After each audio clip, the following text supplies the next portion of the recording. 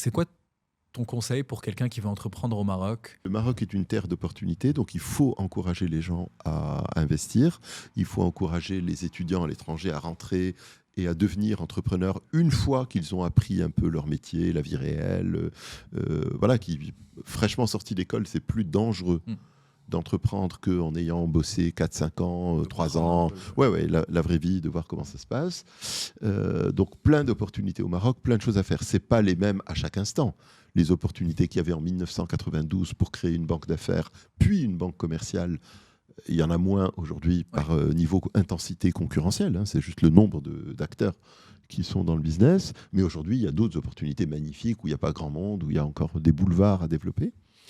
Deuxièmement, mes conseils, malheureusement, ne peuvent que reproduire les choix que j'ai faits. Ouais. Je n'ai pas fait de choix que je regrette, n'est-ce pas ? Les choix que j'ai faits, j'en suis heureux.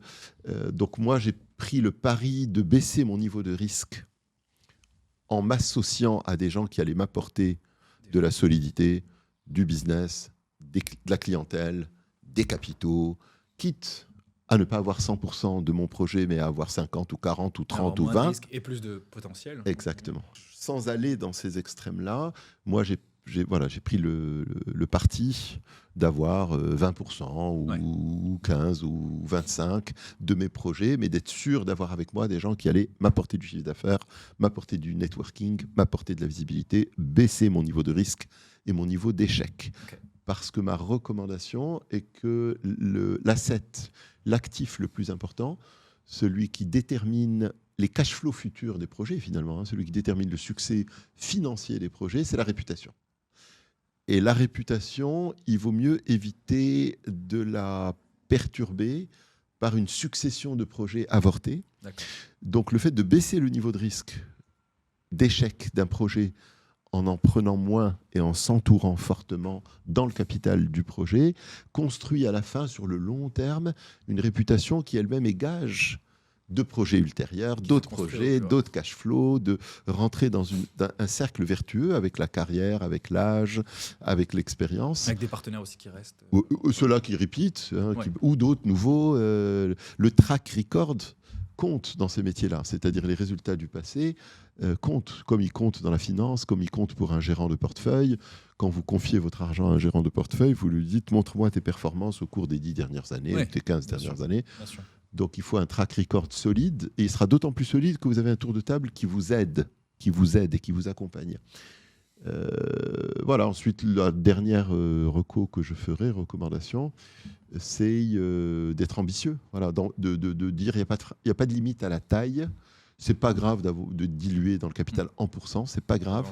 Ce qui compte, c'est les dirhams que vous possédez. Ouais. C'est pas le pourcent, c'est les dirhams, c'est le développement des dirhams. Ouais. Plutôt que rester absolument à 50 ou à 25 ou à 28. Et de la dynamique, parce que souvent, même quand on valorise l'entreprise, on regarde aussi la dynamique de l'entreprise. Donc finalement, bien sûr. Alors, on a un say au Maroc, un adage qui dit « Meti diarel krim, zaim, ou la mardil walidin ».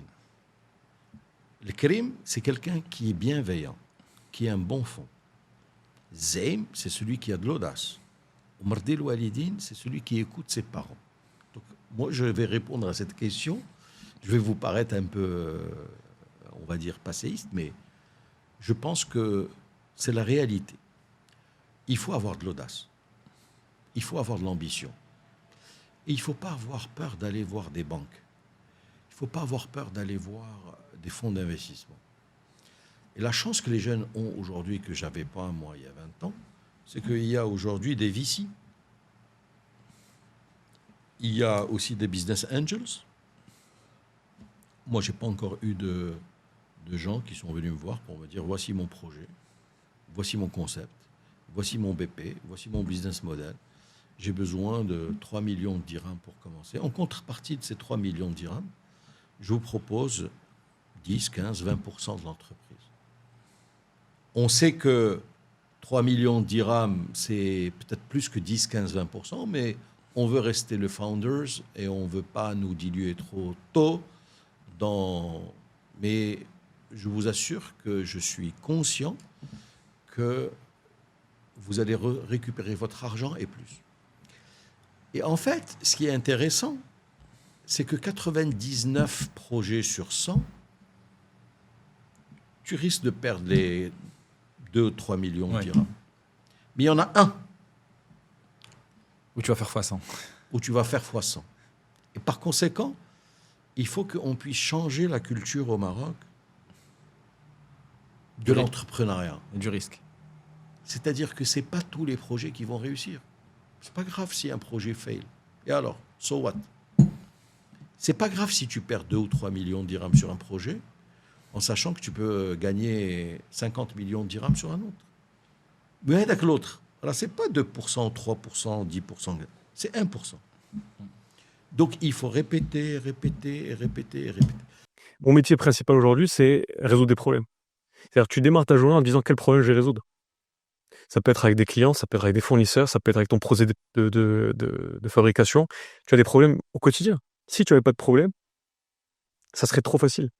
Quel serait ton rôle? De lancer un projet et d'en tirer profit? Tu peux pas. Tu as des problèmes au quotidien. C'est-à-dire, je démarre ma journée. D'ailleurs, le seul appel que je passe à mes équipes, c'est de dire qu'est-ce qui se passe aujourd'hui? C'est pas qu'est-ce qu'on a fait comme chiffre, c'est pas qu'est-ce que vous avez vendu, c'est qu'est-ce qui se passe aujourd'hui. Parce qu'il ne se passe pas une journée sans qu'il se passe quelque chose. Oui. Donc, ton challenge à toi et ton problème à toi et ta mission à toi, c'est de résoudre tous ces problèmes avec le moins de coûts et avec dans un temps le plus court possible. Pour ne pas avoir d'impact sur la boîte, ne pas avoir d'impact réputationnel, ne pas avoir d'impact sur ton développement, ne pas perdre de temps. C'est-à-dire que moi, je viens avec une optique complètement différente. Là, tu as parlé de beaucoup de choses. On a parlé du côté start-up. Ouais. Mais je vais m'attarder dessus, je vais revenir dessus rapidement. Start-up, c'est quoi? C'est connu par la célérité d'exécution. C'est connu par un pivot très rapide. Ça marche pas, il faut pivoter. C'est connu pour pouvoir innover, donc ramener des nouvelles idées. Donc, les choses étaient faites comme ça, moi je vais les faire différemment, avec l'aide de la tech. D'accord? L'industrie, historiquement, c'était connu comment? C'était très hiérarchisé, c'était très lent, Des cycles plus longs. c'était des cycles d'investissement beaucoup plus longs, c'était des machines très lourdes, c'était des opérateurs ou des choses avec des formations très lourdes qu'on ne trouve pas facilement. Et moi, je me suis dit, comment essayer d'y les deux? Comment essayer de prendre tout ce qui est de bon dans la tech, dans lequel j'ai pas réussi, je m'en cache pas, et comment essayer d'appliquer tous ces principes que les gens dans l'industrie ne connaissent pas ou ne maîtrisent pas, ou maîtrisent moins bien, pour essayer d'aller beaucoup plus vite. Donc quand un procédé prend dans une grande boîte peut-être plusieurs mois, moi j'essaie de le faire en quelques jours. C'est pas toujours possible. Ça mène à des bêtises, comme beaucoup d'échecs dont je vais parler, des financements qui aboutissent pas, mais dans beaucoup de cas aussi, ça marche. Quand tu as beaucoup de niveaux de décisionnaires en face, et que toi, tu es seul à pouvoir exécuter très rapidement, Ouais. à prendre tes propres décisions, à prendre tes risques, c'est pas la même chose. Je pense que ça explique aussi toutes les opportunités que tu as parce que tu vas tellement vite, tu fais beaucoup de choses et dans tout ça, il y a des choses qui ressortent, en tout cas des opportunités. Mais tu peux pas te permettre d'être entrepreneur, c'est ma conception d'entrepreneuriat, et d'être derrière un bureau. Ton travail en tant qu'entrepreneur, c'est vraiment d'être derrière les machines, d'être sur le terrain avec tes commerciaux, d'être à la rencontre de tes fournisseurs pour lier des partenariats et des relations avec eux. C'est d'être partout en même temps. Donc la journée est limitée, il faut commencer tôt, il faut finir tard. Tu as toujours des gens qui vont te dire « Ah, mais c'est trop ». Oui, c'est trop. Mais parce que tu as choisi ça. Personne qui t'oblige à être entrepreneur. Il y a personne qui t'oblige demain à recruter X dizaines de personnes, X centaines de personnes. C'est toi qui as voulu ça. Ben, il y a des côtés bons, il y a des côtés moins bons. Mais il faut savoir accepter les deux. D'ailleurs, il y a un dicton que j'adore, c'est « Challenge is the way ». Challenge is the way. C'est-à-dire que une route sans challenge n'existe pas. Donc, il faut le comprendre, il faut l'accepter. Il y aura toujours des challenges. Qu'est-ce qui va faire de toi un entrepreneur qui a plus réussi qu'un autre? C'est ta capacité à garder le cap. Donc, c'est pas te démotiver dès que c'est possible, c'est pas te relâcher, non. Le jour où tu ne veux plus de ce métier, c'est très facile, hein, tu le quittes. Il faut bien être conscient que quand on fait de l'entreprise, ça demande des sacrifices. Ça demande des efforts, ça demande beaucoup de travail, ça demande d'être fort psychiquement, psychologiquement, ça demande cette capacité de baisser la tête quand il faut et de la relever quand il faut. Et donc, c'est très important. Si on est peut-être un peu trop fier, si on aime peut-être un peu trop les vacances, si on n'aime pas trop se lever à 4-5 heures du matin parce qu'on a des obligations, il ne faut pas faire de l'entreprise. Ce n'est pas fait pour nous.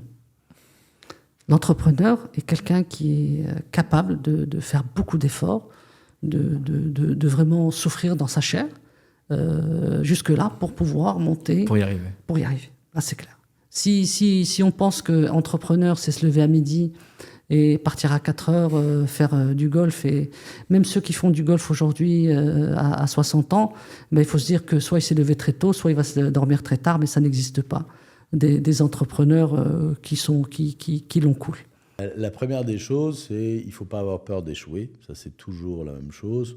On me demande souvent quelle est la qualité et le défaut d'un entrepreneur. Moi, je pense que c'est la persévérance. Donc, il faut un minimum de persévérance. Parce que souvent, on les voit essayer un peu, ça ne marche pas, j'essaie autre chose. Machin, non, mesure, Choisis un truc et voilà, regarde truc.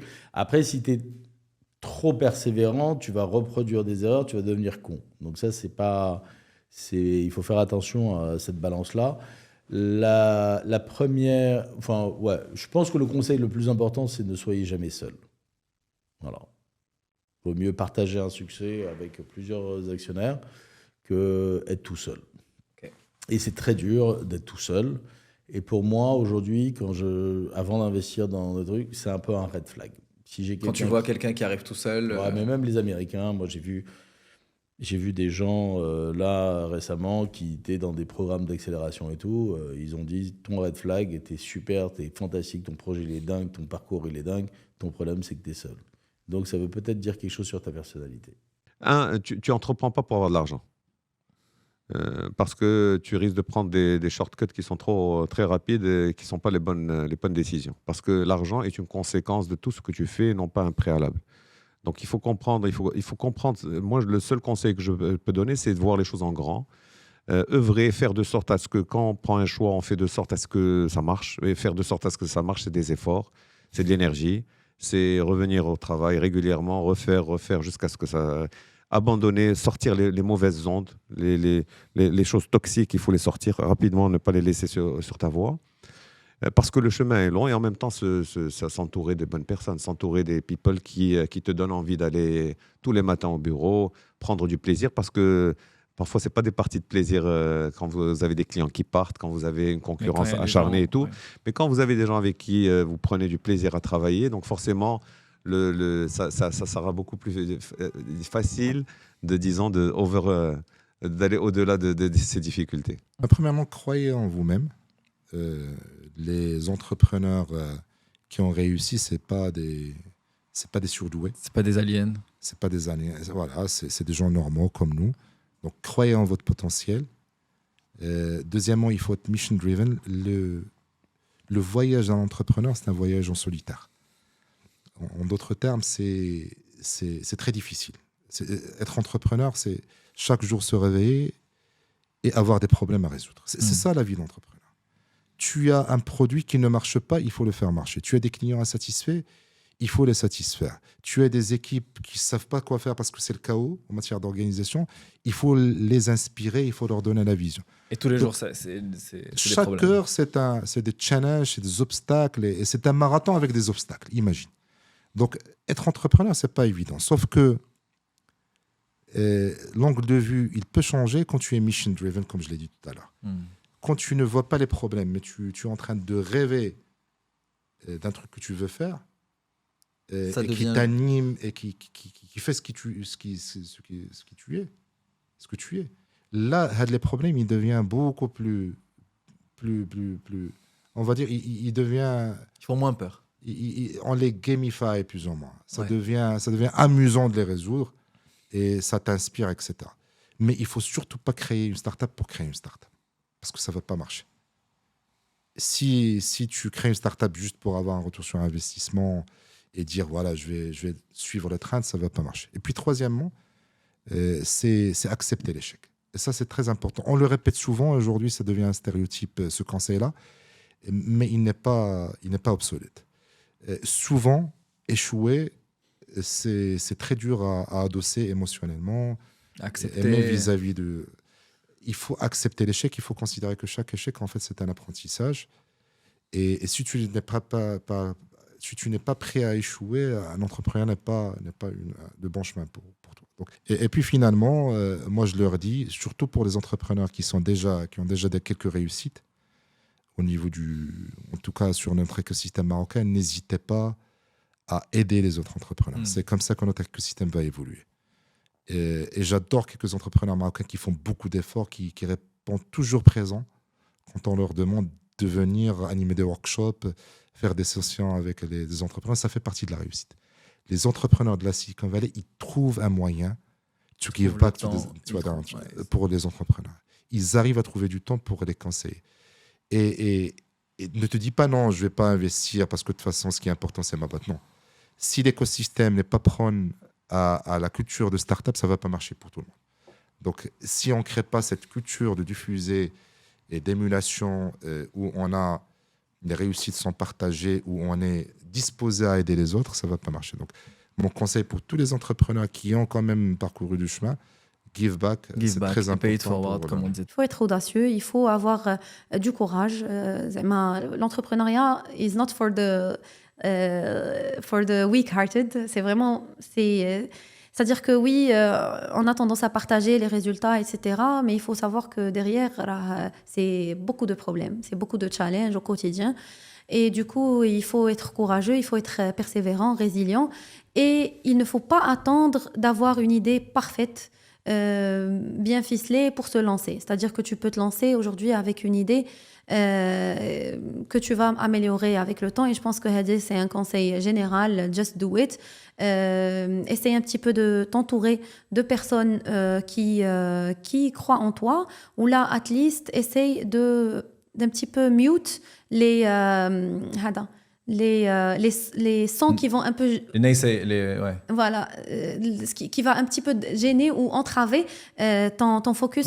Parce qu'au début, il faut être très, très focus et il faut croire en son idée parce que si tu n'y crois pas, tu n'arriveras certainement pas à vendre à tes clients, ni à tes fournisseurs ton idée, ni peut-être à tes investisseurs.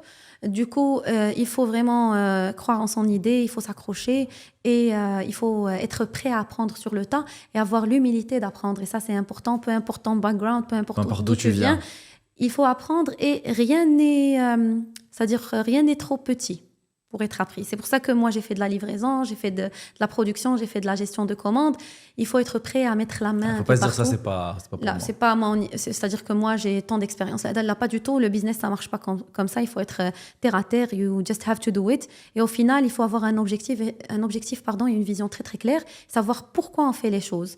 Parce que c'est ce qui te fait tenir avec le temps. C'est pas d'avoir des résultats financiers ou quoi que ce soit. Dès que si tu t'y habitues avec le temps, mais c'est surtout d'avoir de vraies missions derrière chaque projet que tu as. Ouais. Et aussi ce que tu disais tout à l'heure, peut-être le faire en parallèle de ton travail, préparer. Oui, préparer, tu peux vraiment te lancer sans mettre en péril ton travail et avoir un cadre plus safe. Ne pas faire les erreurs que nous avons faites. C'est-à-dire y aller la fleur au fusil, en se disant je crée l'outil, après je cherche les clients. C'est une grosse erreur. C'est d'abord, je comprends le marché, je commence à repérer quelques clients, je commence même à engager certaines discussions, tout ça. Et puis une fois que j'ai la conviction que j'ai sécurisé un peu mes débouchés et tout ça, à ce moment-là, je me lance et je fais l'investissement. Mais il ne faut vraiment pas mettre la charrue avant les bœufs. Mais sinon, je le dis et je le répète, l'industrie, c'est un créneau d'avenir actuellement au Maroc. Et le fondateur, s'il est passionné, il monte dans l'avion et il ramène l'avion à bon port. Et il faut aussi savoir des fois, quand on s'est trompé de destination, savoir détourner l'avion quand il y a un orage devant, ce qu'on appelle pivoter. Il ne faut jamais tomber amoureux de sa boîte. Si tu tombes amoureux de ta boîte, c'est la certitude de l'échec. Être amoureux de la boîte. Pourquoi la certitude ? Parce que quoi qu'il arrive, une boîte devra changer un petit peu chemin faisant. Le but est dans le chemin. Et donc, quand tu restes amoureux de la boîte, tu vas coûte que coûte, je veux faire ça. Et que ça n'est pas possible pour une raison X, Y ou Z, une disruption de marché, une régulation, whatsoever, il faut tomber amoureux du problème. Sachant que toute boîte, à n'importe quel niveau, elle va évoluer. Exactement. Même Facebook, il y a des évolutions. Facebook, bah oui, Facebook, tu as vu aujourd'hui. Ils sont allés vers la VR, le métavers. Et ils sont trompés, ils sont en train de. Voilà, tu vois, exactement. l'IA, etc. Toute boîte va être amenée à pivoter. Alors, est-ce que le pivot, c'est un pivot de 180 degrés où je fais complètement autre chose, ou c'est juste un ajustement? Si tu tombes amoureux de ton degré, de ton cap, c'est fini. Il faut tomber amoureux du problème. Tu vois ce que je veux dire? À Tialati, je suis tombé amoureux du problème du financement de la TPE au Maroc. Si la manière d'y arriver, c'est je sais pas moi, imaginons que ce que je fais là m'amène à un roadblock quelconque, et que la manière de le faire, c'est, je sais pas moi, d'aller monter une école pour les TPE, je ne sais rien, je dis une connerie, et ben j'irai monter cette école pour les TPE. Parce que ce qui compte, c'est le problème que tu as identifié. C'est le problème. Tombe amoureux du problème, jamais de ta boîte. Si tu tombes amoureux de ta boîte, à des moments, tu devras faire des pivots, te séparer d'un truc, et ça va devenir émotionnel. Et tu sais, on en parlait tout à l'heure, cut. Si tu sais pas cut, c'est pas bon. C'est pas bon. Trop de gens sont restés tête baissée dans le guidon, foncés. Je veux absolument faire un truc, et du coup, ils n'ont pas vu que petit à petit, il y avait des vents contraires, et du coup, ça tue la boîte. Il faut connaître les enjeux. C'est-à-dire que quand on entreprend, souvent il y a des personnes qui pensent que on sera plus flexible, on aura l'équilibre entre sa vie de tous les jours donc le work-life balance, il faut l'oublier. Et c'est quelque chose que je combats tous les jours parce que j'ai ma famille, j'ai mes enfants. Heureusement que mon mari travaille avec moi, mais j'ai deux enfants en bas âge, donc 5 ans et 9 ans, qui ont besoin de moi et qui représentent la partie la plus importante de ma vie. Donc, je vais rien faire qui va mettre ça en péril. Donc, déjà, comprendre ça. En tant que femme, déjà, c'est beaucoup plus difficile qu'un homme. C'est-à-dire que nous, souvent, quand on se présente, on dit qu'on est maman, alors que souvent, les hommes, ils vont jamais dire... C'est rare où un homme va dire « je suis papa ». Donc, moi, je vais le dire « je suis maman ». Donc, c'est vraiment... Mes enfants représentent une très grande partie de ma vie. Donc, pour trouver cet équilibre, c'est très facile. Ça veut dire quoi? Ça veut dire qu'on va faire plus d'heures que d'autres personnes. Alors qu'on a souvent l'impression que quand on va avoir son propre projet, on va faire moins d'heures, on va pouvoir voyager quand on veut, on sera au bureau quand on veut, partir quand on veut. Oui, ça, c'est possible, mais c'est pas... Dans la réalité, c'est ton projet, donc tu vas faire le max. Absolument pas. Il faut vraiment persévérer, il faut avoir beaucoup de patience. Il faut comprendre qu'il y a beaucoup de barrières parce qu'il y a bien une raison... Pourquoi c'est pas tout le monde qui entreprend? Parce que c'est très difficile de le faire et c'est très difficile de persévérer. Parce que souvent on se dit, ça fait j'en peux plus, c'est pas possible. Vraiment. Et ça, c'est-à-dire que même hier, c'est-à-dire que pas loin qu'hier, où je me dis, j'en peux plus, j'arrête tout. Limite, je me dis parfois, j'aurais pu investir cet argent ailleurs, j'aurais pu ne pas travailler, mais vraiment. Mais je me suis lancée dans ça, c'est-à-dire que j'ai fait ça, limite, c'est ce que mon mari me dit, mais c'est toi qui as décidé de faire ça. Donc, je dois assumer mon choix. Et heureusement que je me rends compte que je suis faite pour ça, parce que sinon, j'aurais arrêté il y a longtemps. Donc, vraiment, c'est un peu le conseil que je donne, c'est être très passionné.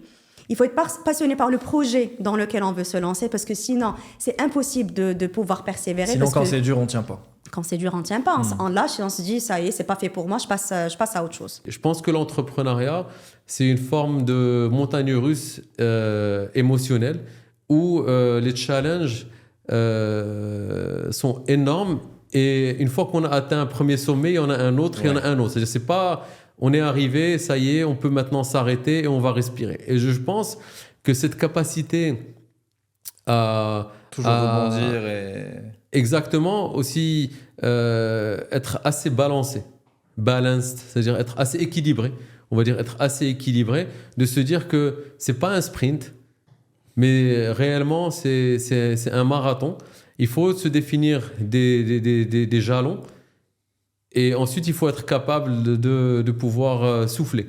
Parce que ce qui arrive très souvent, c'est que moi je me rappelle avec Mafia Boss, Quand j'avais démarré, je me disais, ça y est, il me reste 1 an et après, ça va être cool et je vais pouvoir me reposer. Cool. Ça n'a jamais été le cas. Et donc, du coup, avoir cette forme de rigueur, de pouvoir garder une vie équilibrée. C'est hyper important. Entre le travail, entre le perso, entre la santé.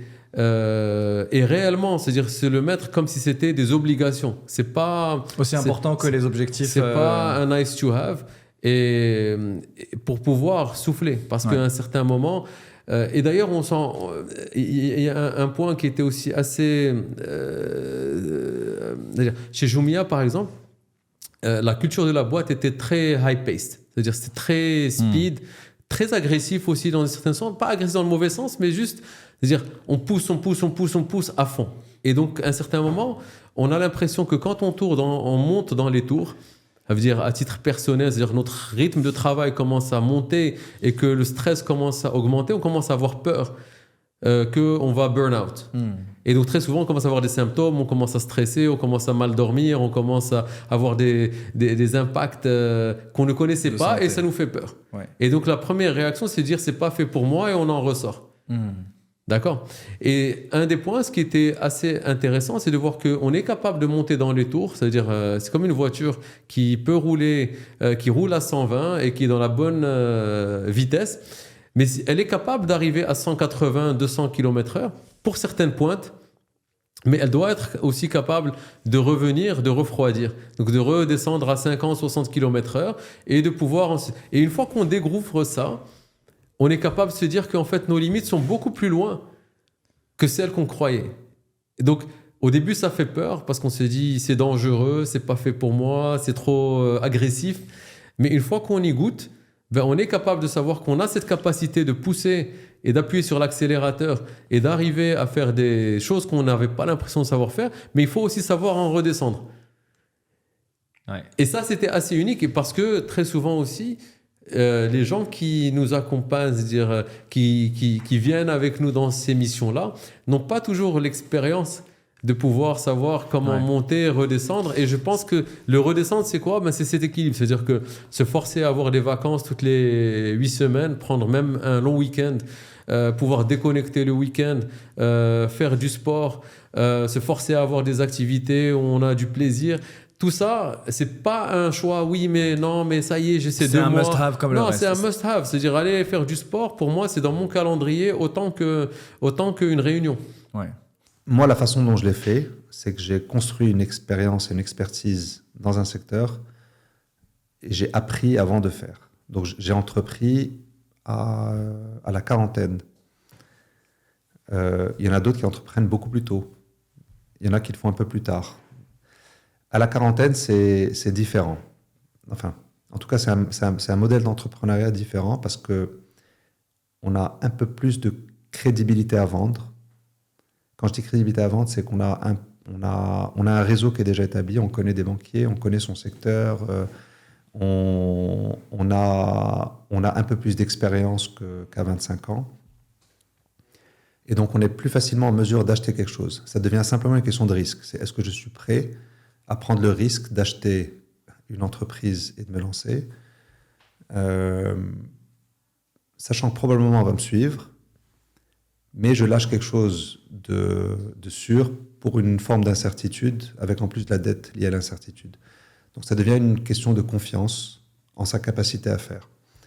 Plus jeune, il y a des contraintes différentes, il y a des avantages différents, des contraintes différentes.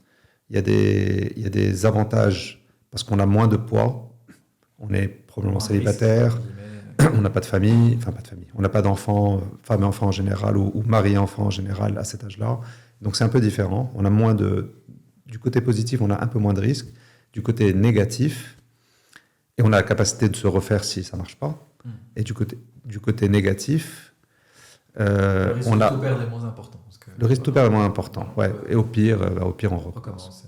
Voilà. Et du côté négatif, on a moins de bagages. Et donc, on a un peu moins de crédibilité à vendre en face de fonds, par exemple, ou de banquiers. Dans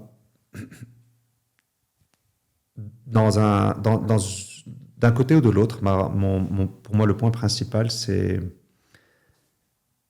de trouver l'angle. Il faut trouver l'angle qui permet de faire les choses différemment pour apporter de l'innovation. On ne peut pas se lancer dans un truc pour faire pareil que les autres. Si c'est pour faire pareil, tu viens avec trop de désavantages pour venir faire pareil qu'eux, avec les mêmes armes, les mêmes outils, etc.